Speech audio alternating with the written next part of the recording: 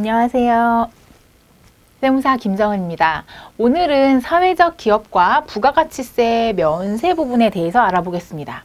종종 헷갈리시는 게 사회적 기업이다라고 하면 사회적 목적을, 가치를 추구하는 건데 부가세가 면제되는 거 당연히 아닌가? 라고 생각하실 수 있는데요.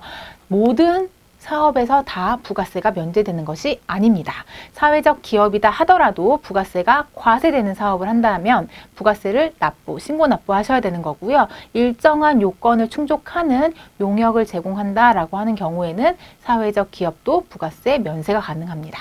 자, 오늘은 그 두 가지 경우가 어떤 것들이 있는지 알아보겠습니다. 자, 사회적 기업이 부가세를 면제받을 수 있는 것은 크게 두 가지가 있습니다. 면세 대상 교육 용역에 해당하는 경우, 면세 대상 보건 용역에 해당하는 경우 두 가지 경우가 있는데요. 먼저 첫 번째 면세 대상 교육 용역에 해당하는 경우입니다. 부가세법상 면세는 알고 계신 것처럼 부가세법에 열거되어 있는 경우에 한해서만 부가가치세가 면제됩니다. 따라서 열거된 경우가 아니다라고 한다면 아무리 사회적 기업에서 제공하는 용역이라도 부가세가 과세된다라고 보실 수가 있는데요. 자, 부가세법상 면세되는 교육 용역이 그럼 열거된 게 어떤 것들이 있는지 살펴보면 주무관청의 인허가를 받은 학원, 그 다음에 청소년 활동법에 따른 청소년 수련시설, 산업교육진흥법 및 관련 법에 따른 산학협력단, 그리고 사회적 기업 육성법에 따른 인증받은 사회적 기업이라고 나와 있습니다. 자, 지금 면세 대상 교육 용역에 대해서 말씀을 드리고 있는 건데요. 면세 대상 교육 용역 중에서 인증받은 사회적 기업에서 제공하는 교육 용역은 부가세법상 면세가 가능하다. 라고 이제 생각을 하시면 됩니다.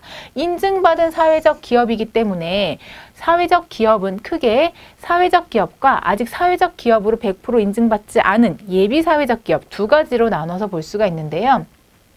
사회적 기업이 제공하는 교육 용역은 부가세가 면세 가능합니다. 자, 면세 대상 교육 용역에 열거가 되어 있기 때문에 사회적 기업에서 제공하는 교육 용역은 면세가 가능하지만 자, 예비 사회적 기업 자, 예비 사회적 기업은 아직 인증 절차, 인증 요건을 100% 갖추지 않고 장래의 사회적 기업으로 전환을 하려고 하는 준비 중인 그 기업들 우리가 예비 사회적 기업이라고 부르는데 예비 사회적 기업에서 제공하는 것은 부가세법상 면세되는 것이 아니기 때문에 면세가 불가능합니다.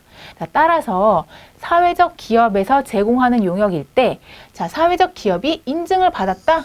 그러면 인증받은 사회적 기업을 제공하는 교육 용역이기 때문에 면세가 가능하지만 예비 사회적 기업에서 제공하는 교육 용역은 면세가 불가능합니다. 자, 사회적 기업에서 면세를 적용받을 수 있는 두 번째 용역이 바로 보건 용역입니다. 자, 의료보건 용역 중에서 일정한 용역은 부가세법상 면세가 가능한데요. 여러분 주위에 흔히 볼 수 있는 일반적인 병의원에서 제공받는 우리가 진료 용역 같은 경우에 부가세가 면제되죠.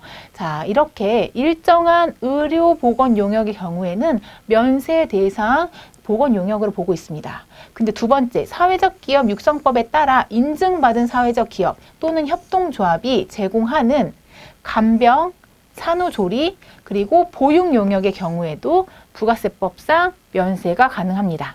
자, 따라서 이렇게 인증을 받은 사회적 기업에서 제공하는 어떤 간병 서비스라든지 산후조리 서비스라든지 또는 보육 용역이다라고 한다면 부가세법상 면세가 가능합니다.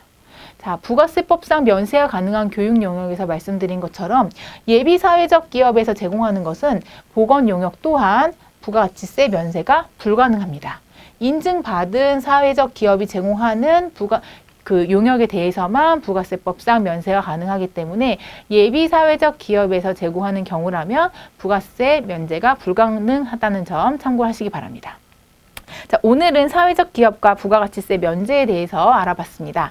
사회적 기업이 제공하는 교육 용역, 보건 용역은 부가세 면제가 가능하지만 예비 사회적 기업이 제공하는 경우에는 그렇지 않다는 점 참고하시기 바랍니다.